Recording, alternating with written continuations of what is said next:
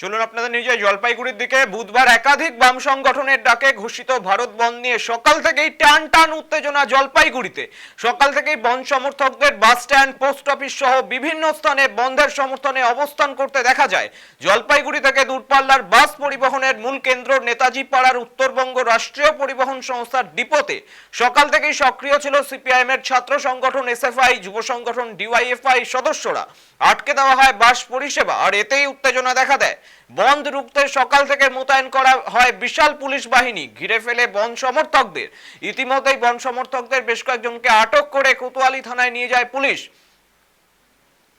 বিস্তারিত আপডেট নেব, আমাদের প্রতিনিধি সানি রয় রয়েছে। সানি, এখন কি পরিস্থিতি আমাদের বলো দর্শকদের।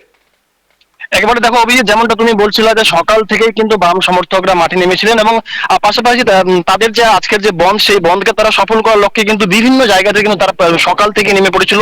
যেমন প্রথমে জলপাইগুড়ি সদরের কথা যদি বলতে যাই, সেখানে দেখা যাচ্ছিল যে একবার রীতিমতো যখন তারা সরকারি বাস স্ট্যান্ডের সামনে আসছিল, তখন কিন্তু পূর্বে নির্ধারিত সূচি অনুযায়ী কিন্তু পুলিশ, বিশাল পুলিশ বাহিনী সেখানে মোতায়েন করে কিন্তু সেখানে উপস্থিত ছিলেন এবং তাদের সঙ্গে সেখানে বচসা বাঁধে। তারপরেই কিন্তু তাদেরকে কিন্তু সেখান থেকে বেশ কয়েকজনকে তুলে নিয়ে কিন্তু কোতোয়ালি থানায় নিয়ে যাওয়া হয় এবং তার পাশাপাশি জলপাইগুড়ি জেলার ধূপগুড়ি, ময়নাগুড়ি, মালবাজার, মেটলি সহ একাধিক জায়গাতেও কিন্তু সকাল থেকে বন সমর্থককারীরা ময়দানে নামলে কিন্তু পুলিশ সেই যে তাদের যে আন্দোলন, সেই আন্দোলনকে রুখে দেওয়ার চেষ্টা করে। ধূপগুড়িতে এসডিপিও সহ আইসির নেতৃত্বে বিশাল পুলিশ বাহিনী সেখানে মোতায়েন হয় এবং সেখান থেকেও কিন্তু এরিয়া কমিটির সম্পাদকের সঙ্গে ধস্তাধস্তি, প্রবল ধস্তাধস্তি শুরু হয়। তারপরে কিন্তু পুলিশ সেখান থেকেও, ধূপগুড়ি থেকেও কিন্তু বন সমর্থককারীদের তুলে নিয়ে যায়। এবং তোমাকে আরেকটি বিষয় জানিয়ে রাখি, ইতিমধ্যেই যেমনটা জানা যাচ্ছে যে সরকারি বাসের কিন্তু আজ কিন্তু উপস্থিতি বেশি দেখা যাচ্ছে যে তুলনামূলকভাবে পূর্ব আগের দিনের তুলনায় যেভাবে বাস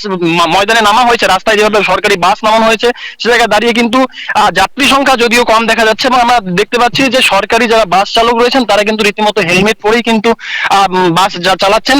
পাশাপাশি তোমাকে জানিয়ে রাখি, ধূপগুড়িতেও কিন্তু দফায় দফায় আন্দোলন তৈরি হচ্ছে। একদিকে যেমন বিভিন্ন ব্যাংকের কর্মীরা যখন তারা ব্যাংকে যাচ্ছেন, সেখানে তাদেরকে আটক করা হচ্ছে, রাস্তায় রীতিমতো একেবারে ব্যারিকেড করে দিয়ে কিন্তু রাস্তা আটক করে দেওয়া হচ্ছে এবং যেখানেই কর্মী সমর্থকরা আন্দোলন দেখাচ্ছে সেখানেই কিন্তু তৎক্ষণাৎ পুলিশের তৎপরতা লক্ষ্য করা যাচ্ছে এবং পুলিশ তাদেরকে কিন্তু তুলে নিয়ে থানায় নিয়ে যাচ্ছে।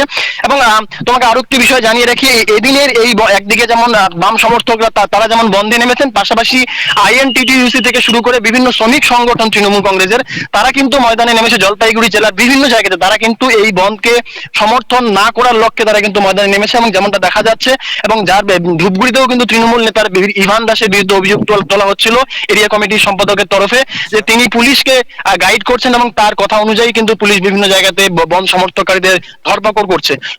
সব মিলিয়ে এই পর্যন্ত যত বেলা গড়াচ্ছে, আন্দোলনের মাত্রা কিন্তু ততই বেড়ে যাচ্ছে এবং পুলিশের তৎপরতাও কিন্তু আরো দৃঢ় থেকে দৃঢ় হচ্ছে। অভিজিৎ, নজর রাখো সানি, আপাতত ধন্যবাদ।